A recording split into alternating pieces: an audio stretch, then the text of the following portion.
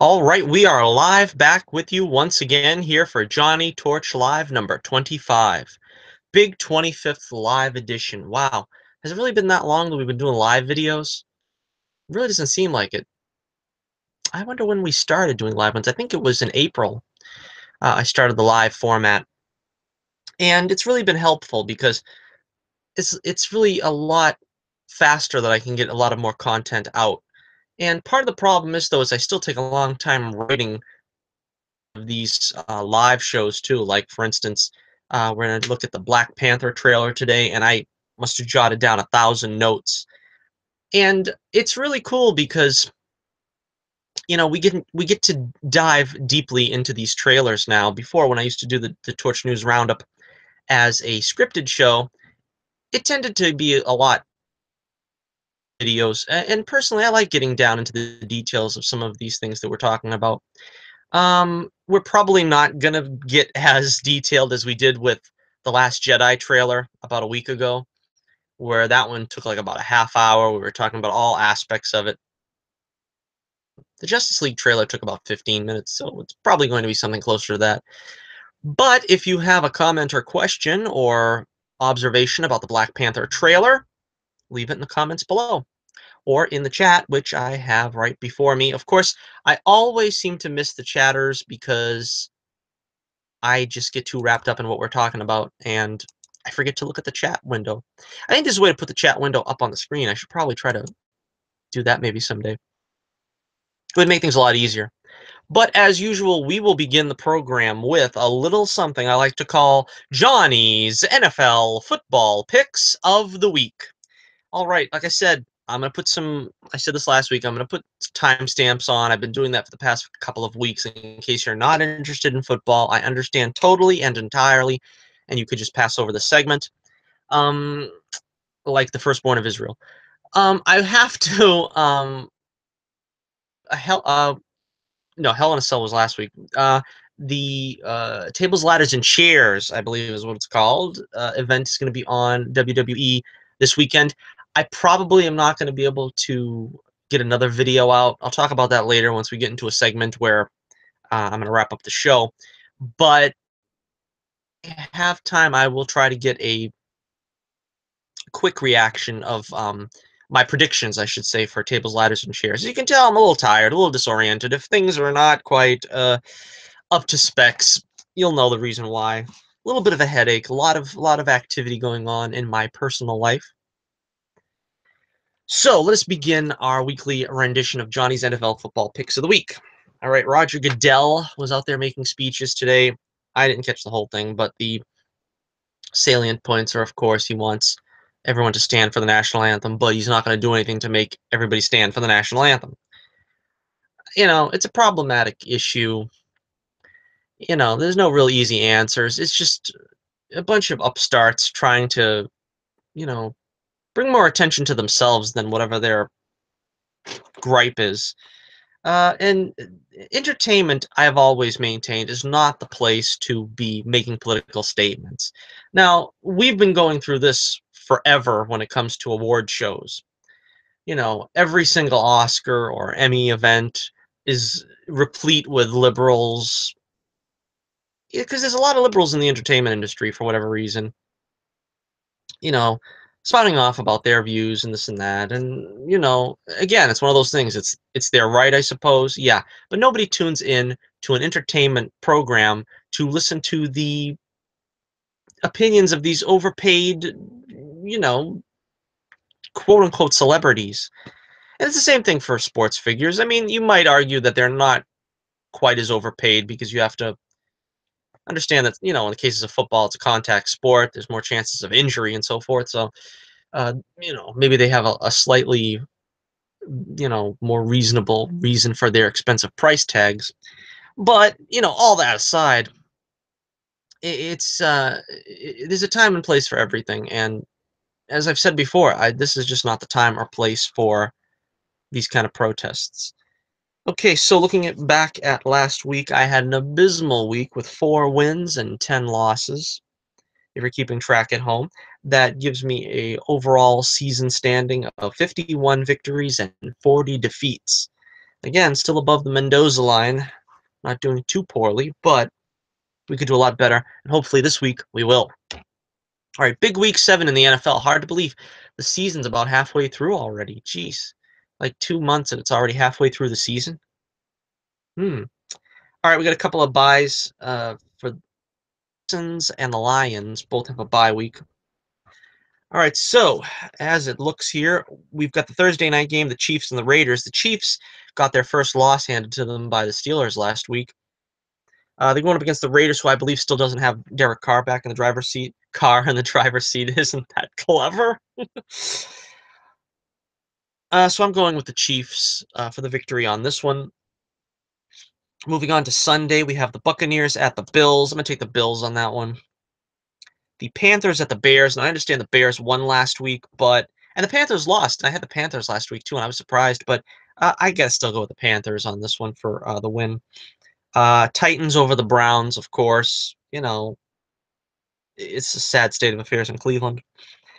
Saints at the Packers. Now, last week we lost Aaron Rodgers for the season for a collarbone injury. I say we, but the NFL fandom at large. It's always sad to me when you see a premier player go down, because that's part of the fun of watching football, is not just cheering on your own team, but you want to see all the greatest players play. I mean, I've never been one to advocate a good player goes down to injury. I mean, if you're going to beat a good team, you want them to have all their best players.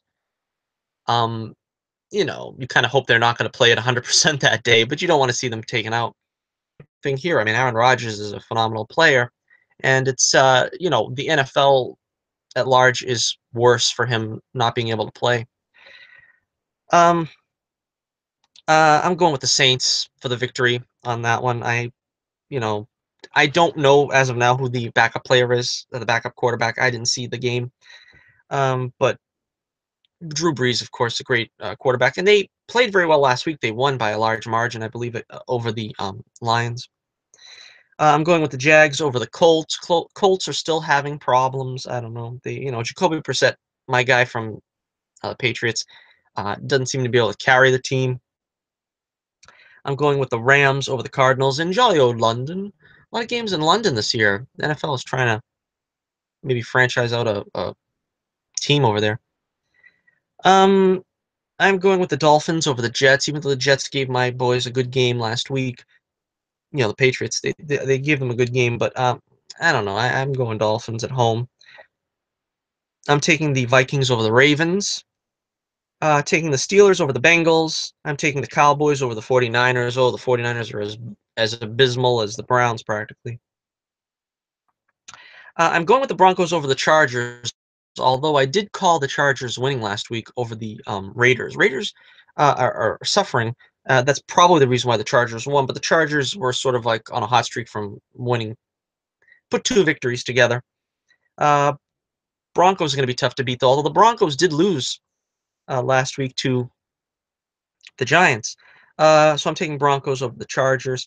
I am going with the Seahawks over the Giants, even though the Giants did get a win against a pretty tough team in Denver last week. Um, I don't know. I don't know what's wrong with that team. I don't know. I haven't seen any Giant games this year, but yeah, I'm going Seahawks. And there's the thriller in Manila. We've got the Falcons against the Patriots, the Super Bowl rematch. The the Rumble in the Jungle. This is going to be good because the Patriots are vulnerable now. They're obviously not up to snuff as they were last year. They have some problems in the defense. Falcons, though, lost to the Dolphins last week, so there's some chinks in that armor too. It's going to be hard to finger on the pulse of this game, but of course, the Falcons they're because they lost the Super Bowl in such an embarrassing fashion, being up 28-3 at halftime, only to lose it all.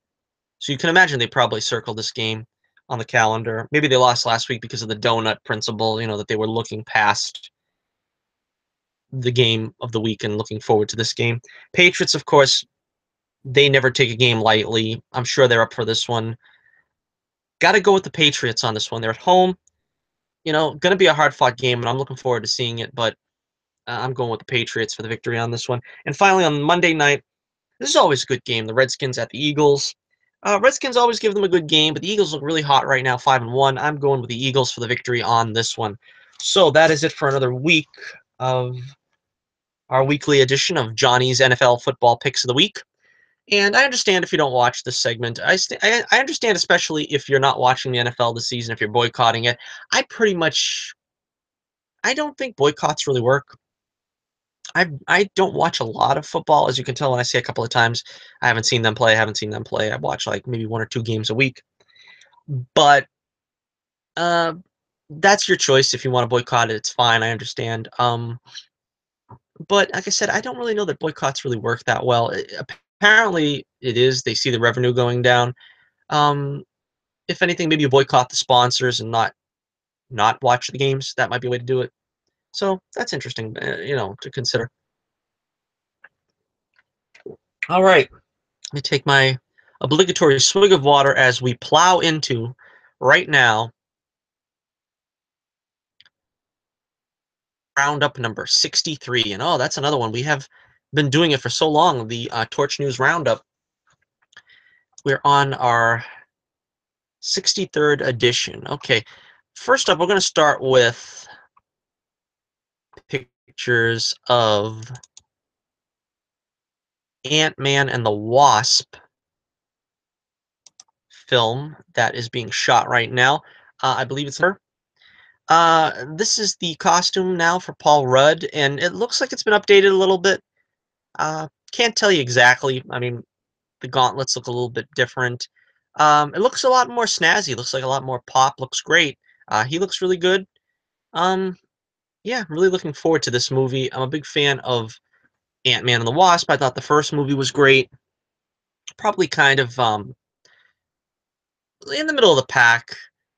To be honest, a lot of these heroes that I didn't read too much as a kid, like Doctor Strange, the Black Panther, Ant Man, they're kind of stuck in that middle realm of the MCU because I don't have that emotional attachment, I suppose. I mean, I like the characters. I read them in infrequently, mostly as guest stars to other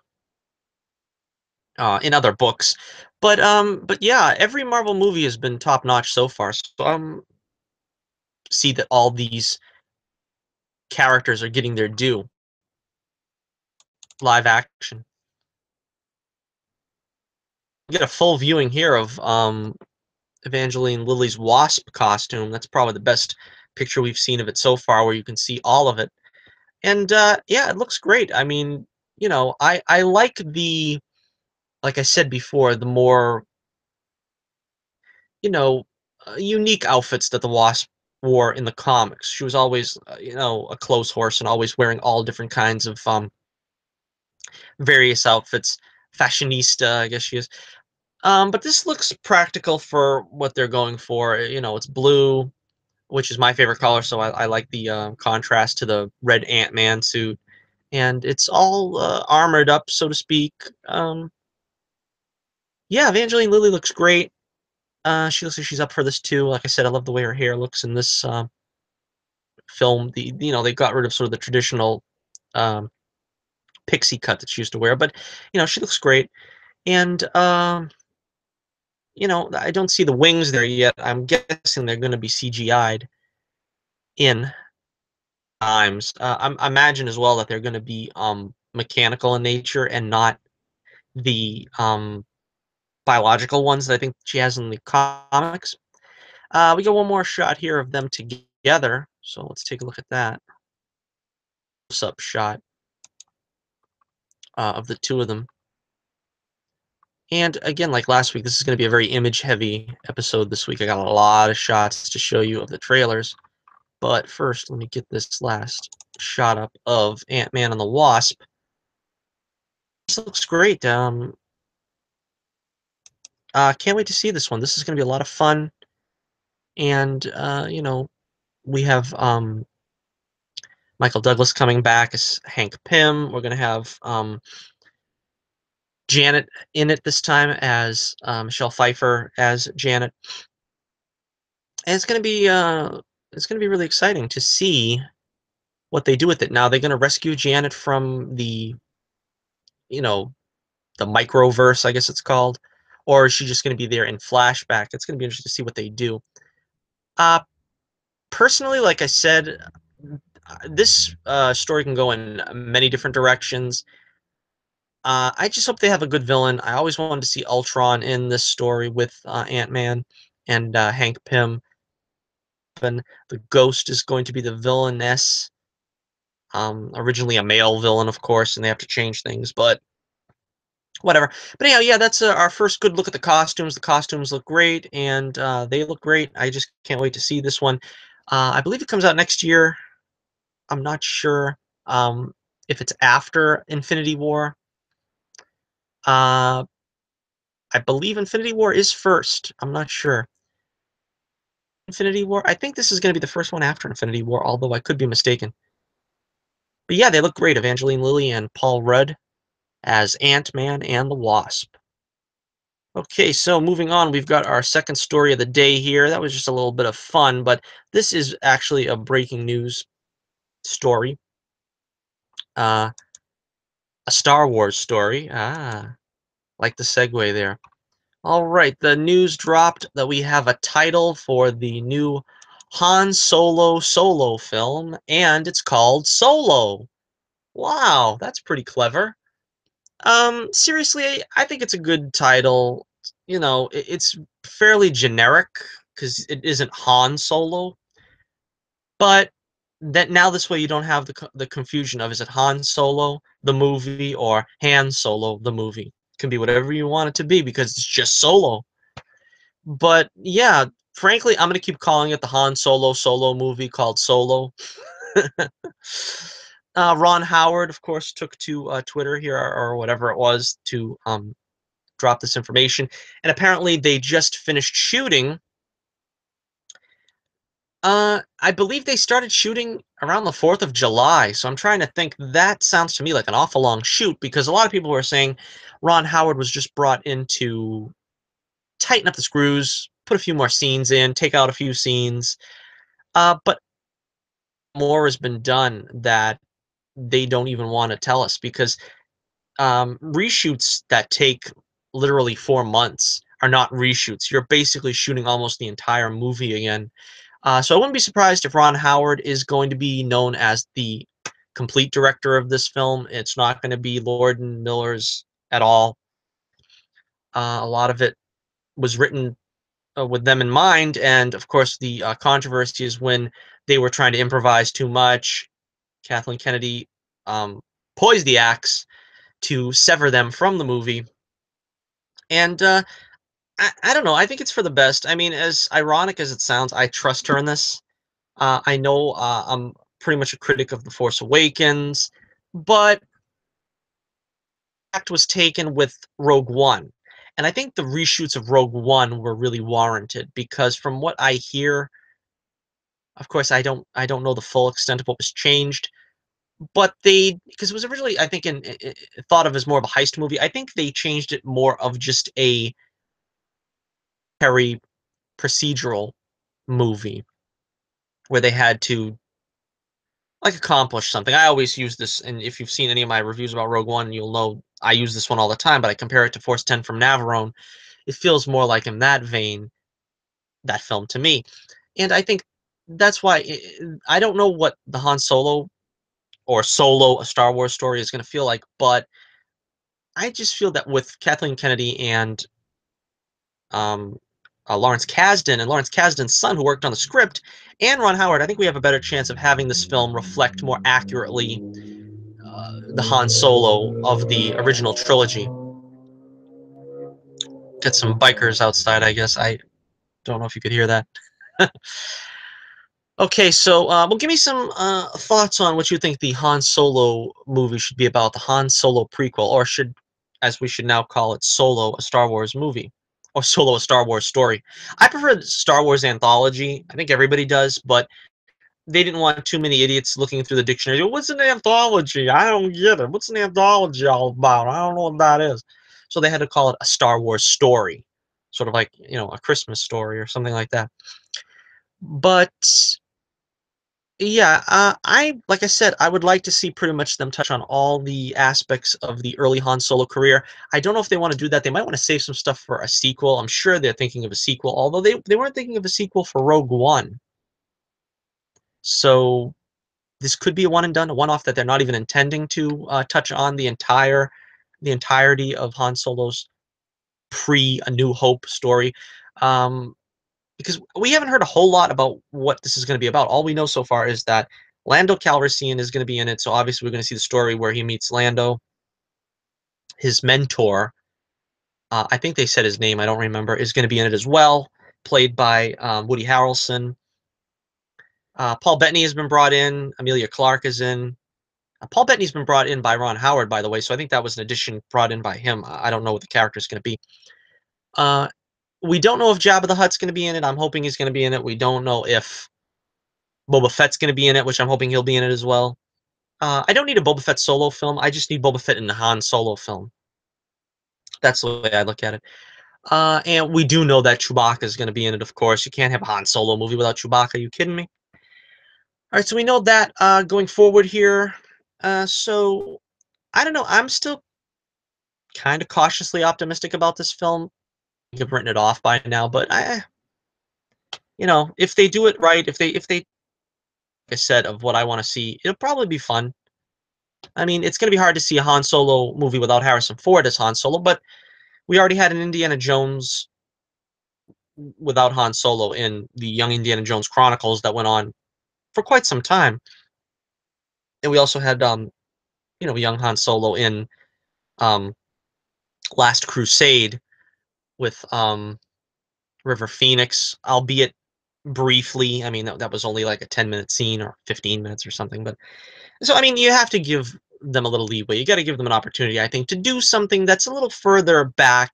Like I said, as long as this doesn't take place 10 minutes before A New Hope, the way Rogue One did, they should be able to, balance the expectations. Give this Han Solo room to grow, so to speak, and that's one to grow on. All right, so let me know what you think about the Han Solo, a Star Wars movie. Han Solo, a solo cup. I don't know. And we'll get on now. We'll save the Black Panther for the end of the show because, that's the big banquet. We want the hors d'oeuvres first, and that's why we're saving that. So next up, we'll take a look at the New Mutants trailer. Uh, Frankly, I don't know the New Mutants from Adam. I don't know the books. I remember the 80s. There being a to-do about the New Mutants. They're not really any name mutants that I remember. I think there's Wolfsbane. Um, I actually got a picture of her as well. I might as well see. Show it here. I believe this is Wolfsbane character. I think I've heard of in any concrete sense, but I don't know the New Mutants very well. Not going to pretend that I know a lot about the story. No costumes. This is not going to be. I don't know if it's going to be very faithful to the original comics because, well, as I said, I don't remember the comics very well. So there's no costumes. There's no real display of mutant powers that I can notice in this trailer. Um, if it wasn't for the trailer saying, "Do you know what mutants are?" I probably wouldn't even know this was even related to the X-Men. Uh, so the first thing I noticed really was no Rosario Dawson, which was surprising to me because she's the only name actor I think that's in this film, the name actress. Uh, Unless she's not going to have a big role in this film, or maybe it's a encompassing some kind of twist. But from what I understand, she's going to play some doctor that's been in the comics. So I don't think that some big twist hinges on her performance. But in any regard. Yeah. I'm surprised they didn't put Rosario Dawson in the trailer. All right, I got so much stuff going on here. I can't find my notes.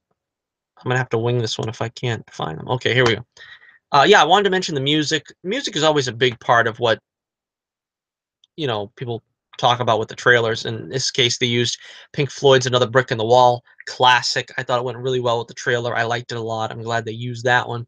Kind of gave you a feeling for what they're doing. Um, there's a brief look at all the kids. These are another two that I don't know the names of the characters. On the left is supposed to be an important New Mutant from the comics. I don't know who she is. Um, they're all locked into this sanitarium, I guess.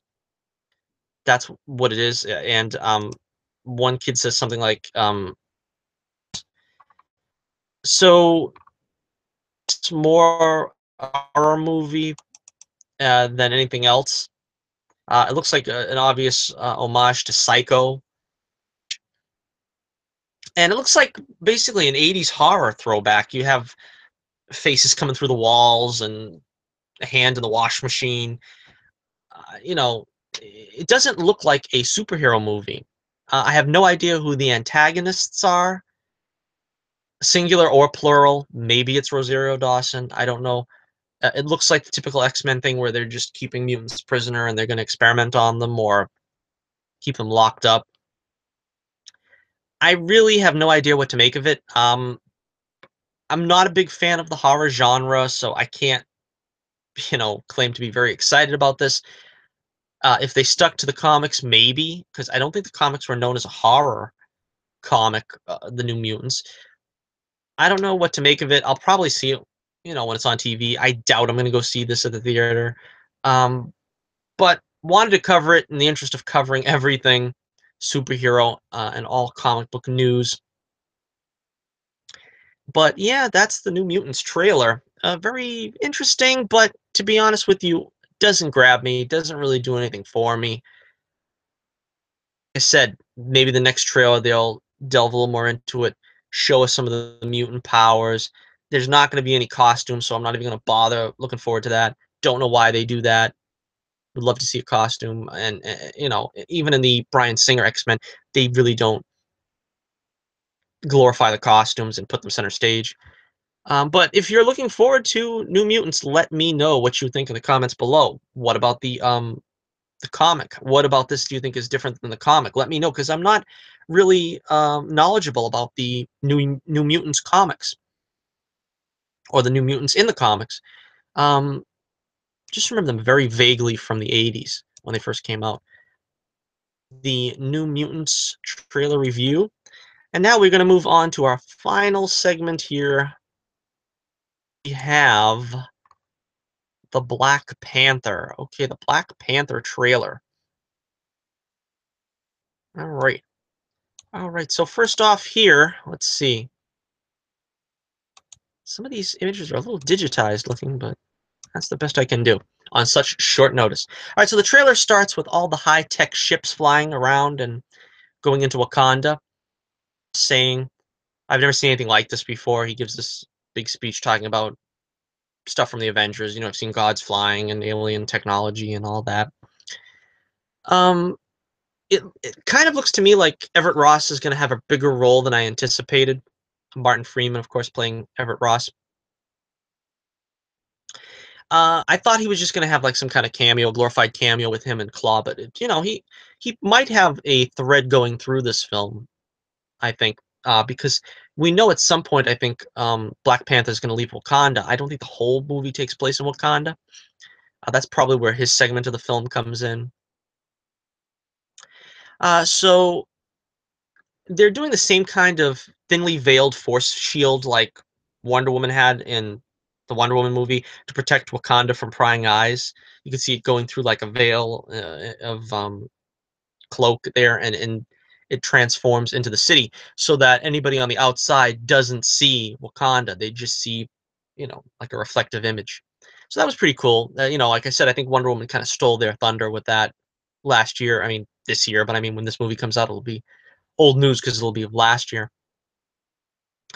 And so it looks like T'Challa from this image is coming back from events in Civil War, and now he's going to take the responsibility of being king of Wakanda and taking the throne after the passing of his dad T'Chaka in Civil War.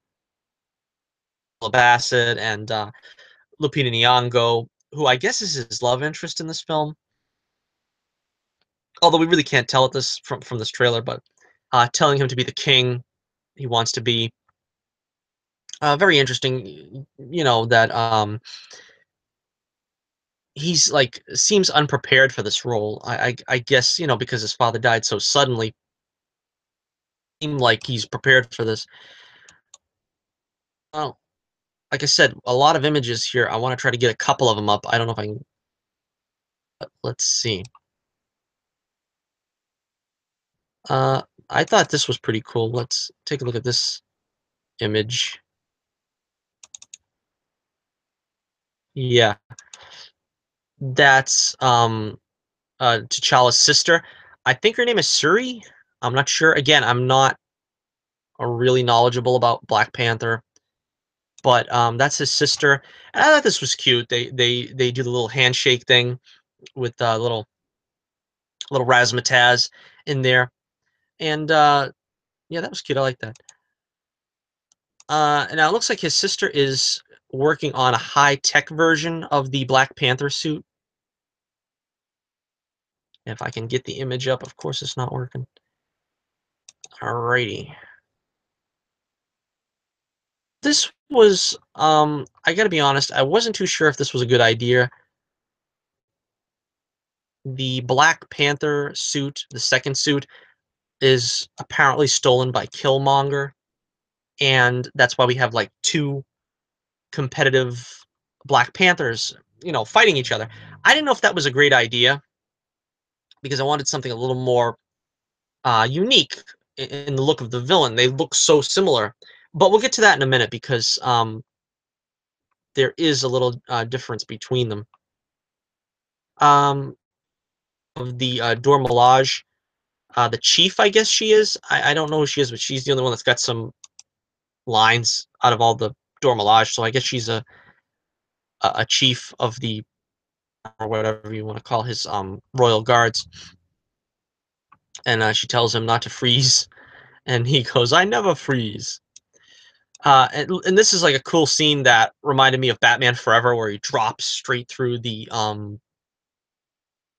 don't know where he's dropping through. It looks like he goes straight into space. I don't know if he was in a ship, I guess, and is dropping to take on some enemies or something. But that was a pretty cool scene. Um, like I said, closely mirrored from Batman Forever. I thought that was cool. He's got like some kind of spinning drones. He's firing out to the cars. Um, okay, let's see. So we've got some pretty cool action scenes. We get the scene on the car again. Trailer. Uh, this is a shot that was pretty curious to me. I can't tell if Killmonger or it looks like he's got a lot of purple going through the costume, and I think, well, as I said, we'll talk about it more in a moment. But the Killmonger costume has got like gold accents, not purple. So this might be the Black Panther. It looks like his eye slits there, the white on the eyes. It looks like it's missing there. You can almost see his eye, especially his left eye over there on the right side. So I don't know. That's curious to me. This is the image that got me the most curious about what's going on uh, with the costume gig. Uh, all right, let's see. And then we had this shot here, which I thought was pretty interesting. I'm not taking all these shots in sequential order, by the way, but just trying to get them from memory here. All right, now this is a lot of people have already picked up on this, but this is like a very Lion King-ish scene.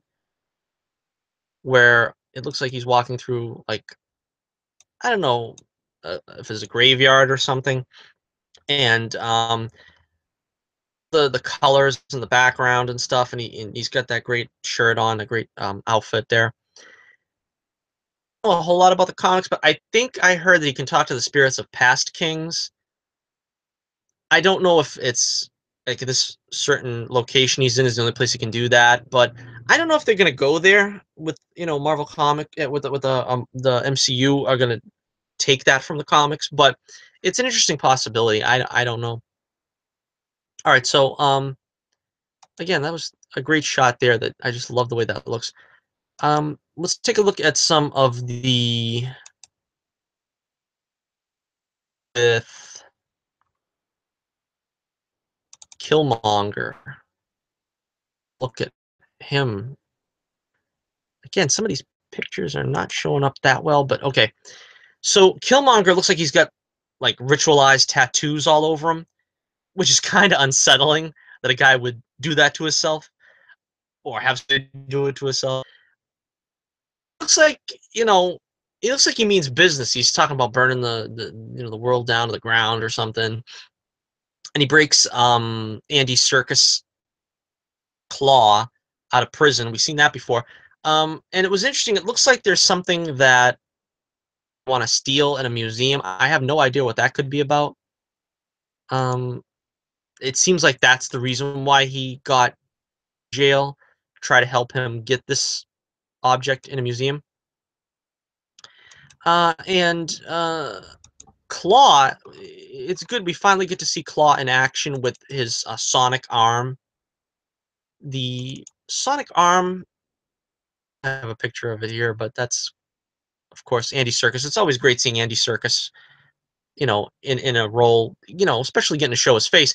Although I do wish they had the comic accurate costume on him, but I knew they weren't going to put it on him. I mean, they kind of got Andy Serkis to play Andy Serkis. You know what I mean? To see his face because he's been costumed up so many times and in CGI, with spots all over his face and everything. I like giving him a role where you can see his face, but at the same time, I think at this point they should have put him in some kind of a costume because his hand, the sonic arm, looks like just a prosthetic hand that sort of opens up and fires beams and stuff.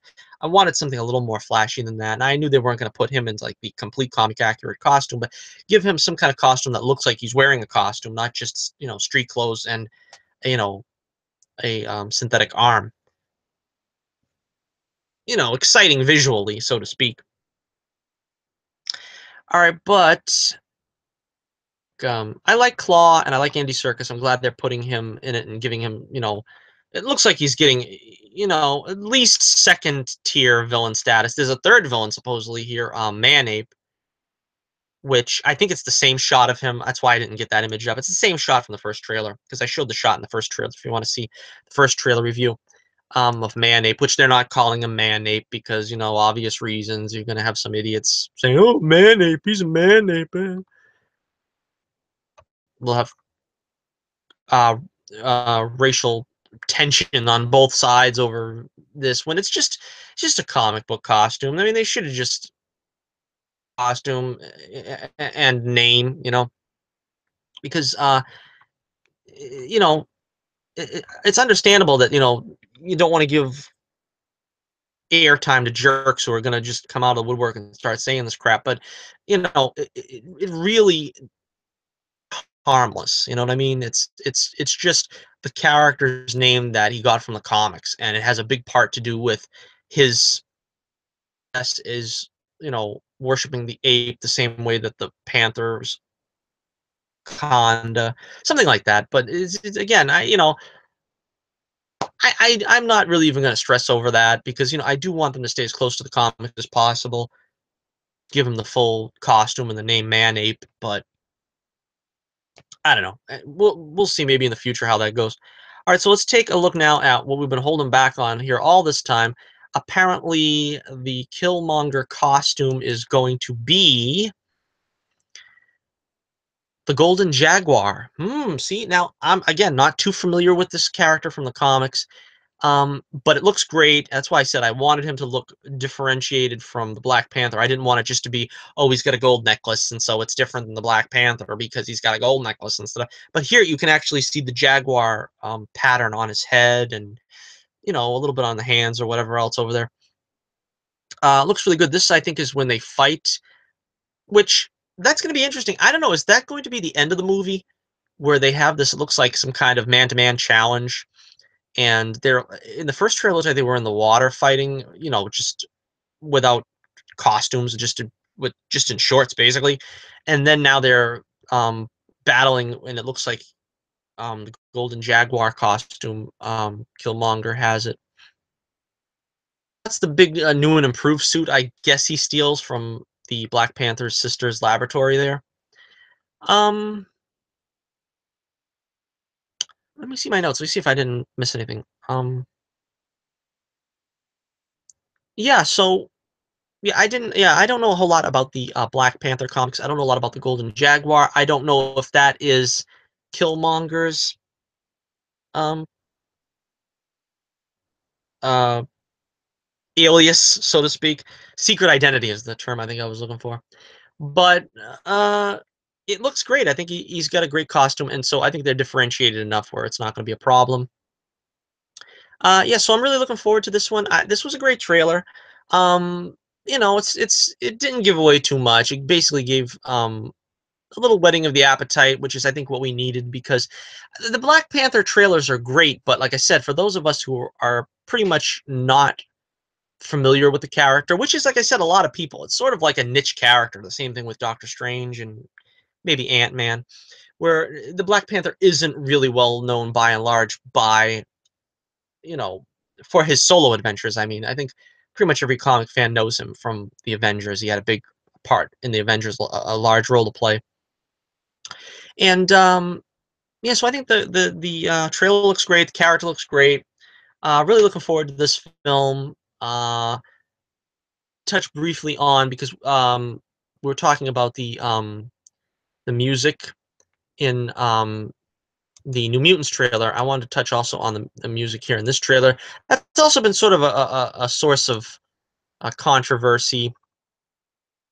A lot of people are saying, well, does it have to be rap?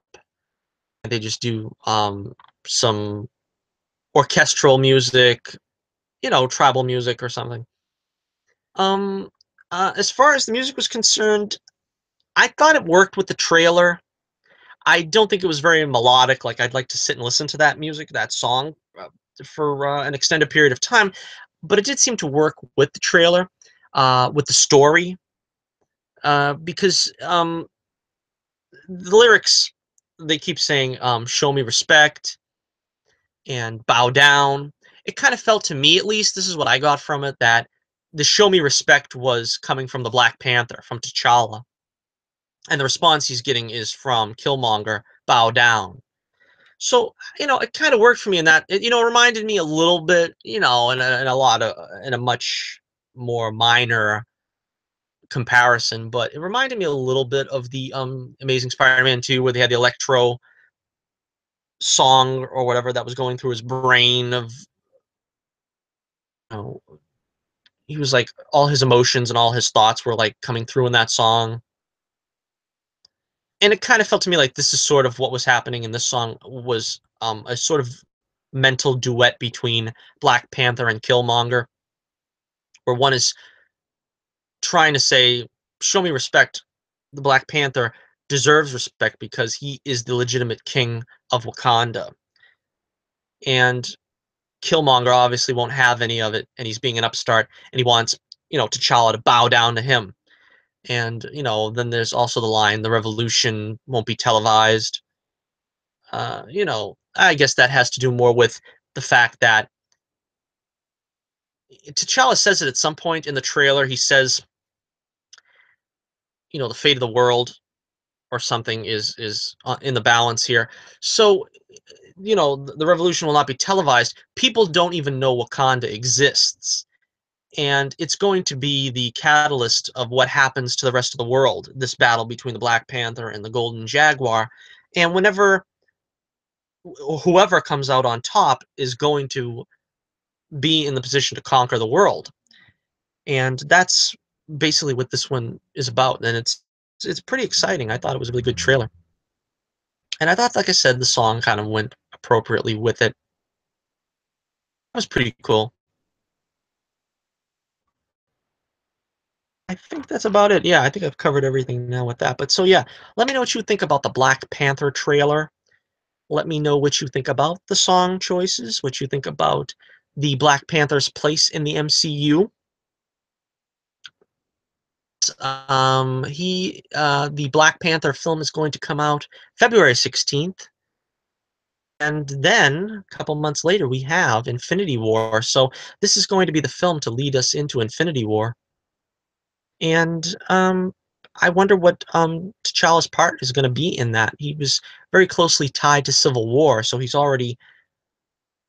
It's funny because he's not a member of the Avengers because, of course, it was Civil War, and he wasn't in a position to be placed on the Avengers.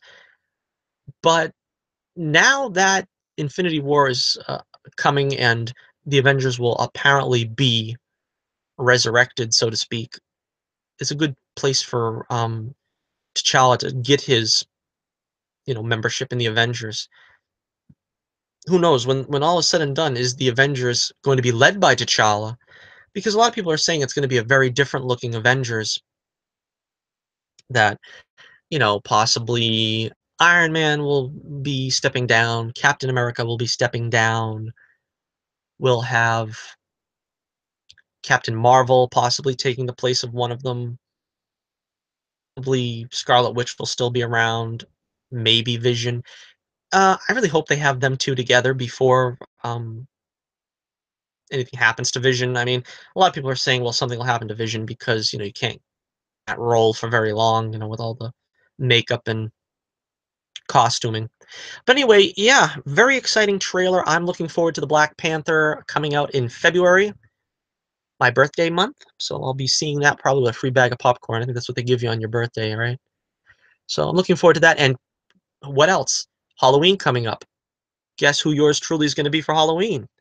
That's right, the Black Panther, which is ironic because I'm always complaining about race changing characters. And here we have a little Italian boy playing the Black Panther on Halloween. But Halloween doesn't count. I don't care what race you are. You can be any character you want as long as it's cool. I mean, it's a cool character. Don't be some lame-o character and expect everybody to love it. But for Halloween, just be whatever you want. If you're black, you want to be Superman, it's totally cool. If you're white, you want to be the Black Panther, it's totally cool. You know, everything goes on Halloween. All right, so that was great. Like I said, let me know what you think in the comments below about the Black Panther trailer. I believe this is designated as. All right, like I said, a little bit of a briefer show tonight. We're going to close with a couple of channel updates. Let's see what we got. All right, now, status on my classic horror reviews. I have completed the audio editing of the next classic horror review. I didn't do the video editing of it yet to get the images up, so that's why it'll probably take a little more time. I'm desperately going to try to get it out this week by the end of the week. I'm not making any promises, but I think it's feasible. That'll be out by the end of the week. Still planning on doing one more classic horror review. Not sure which one it's going to be. I will, if you are going to be watching this video, I will give you the heads up on what the next one will be. I don't know what the fourth one will be. I keep saying fifth. I don't know what the fourth classic horror review is going to be, but I know the third I can tell you will be a version of The Hunchback of Notre Dame. Which version? You're going to have to wait and see. Uh, if you're interested in the classic horror reviews, please check out the Dr. Jekyll and Mr. Hyde one I did 2 weeks ago. Only got one view on that one, which is surprising to me, but maybe it's not making its way around yet. Of course, I also did Curse of Frankenstein with Peter Cushing and Christopher Lee this year.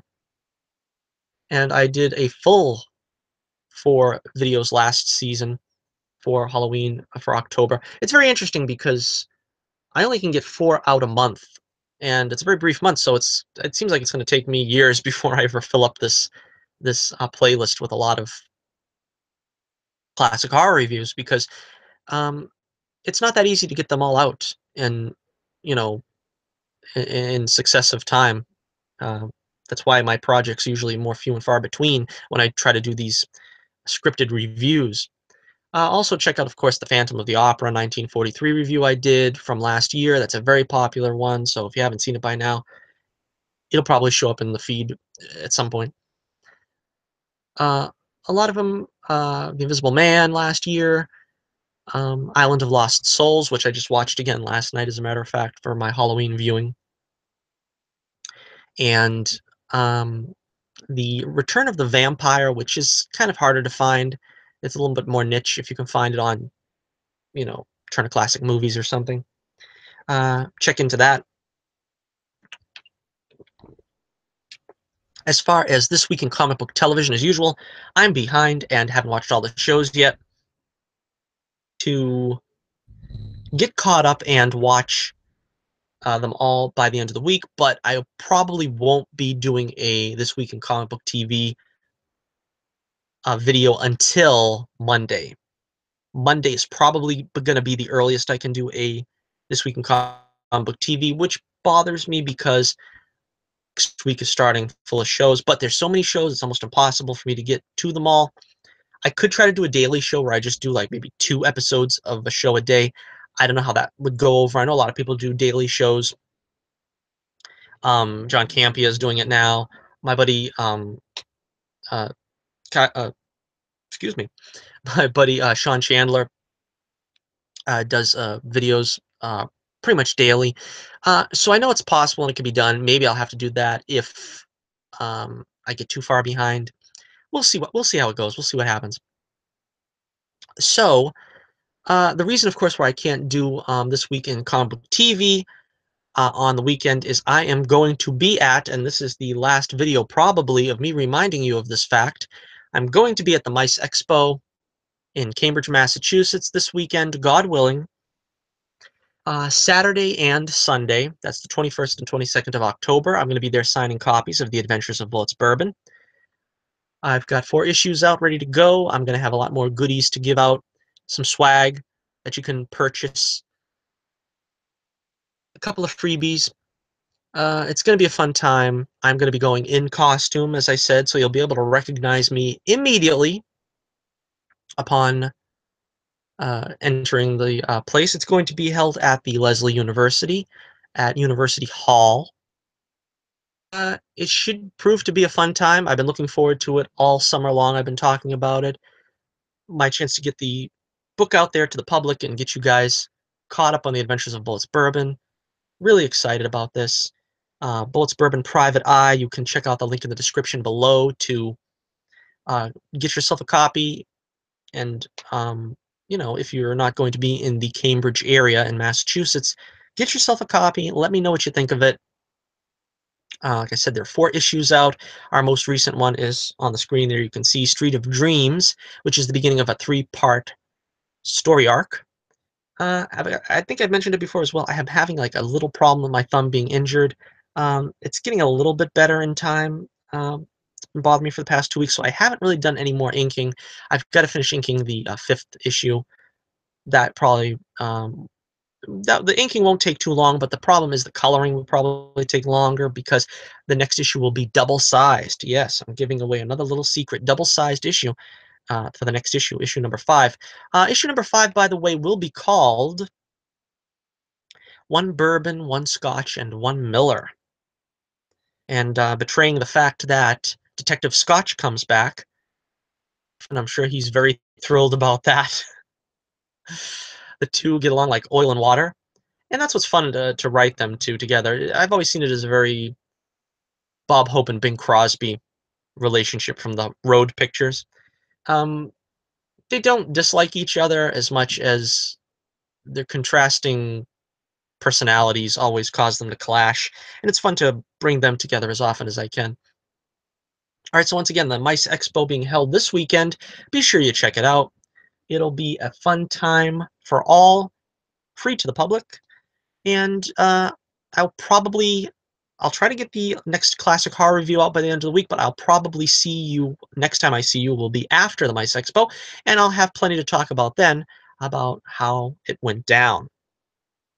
All right, so until next we meet, make sure you check out my comic in the link in the description below. And as I talked about last week, try out some of my work from home programs. They are very respectable and reliable. I've tried them all. I don't advocate any programs that I haven't tried myself personally. So I can vouch for the fact that I'm making money from them. And if I can do it, you can do it. There should be no problems. Let me know what you think about those programs if you want in the comments below as well. Anything goes. Also, you want to check me out on Twitter.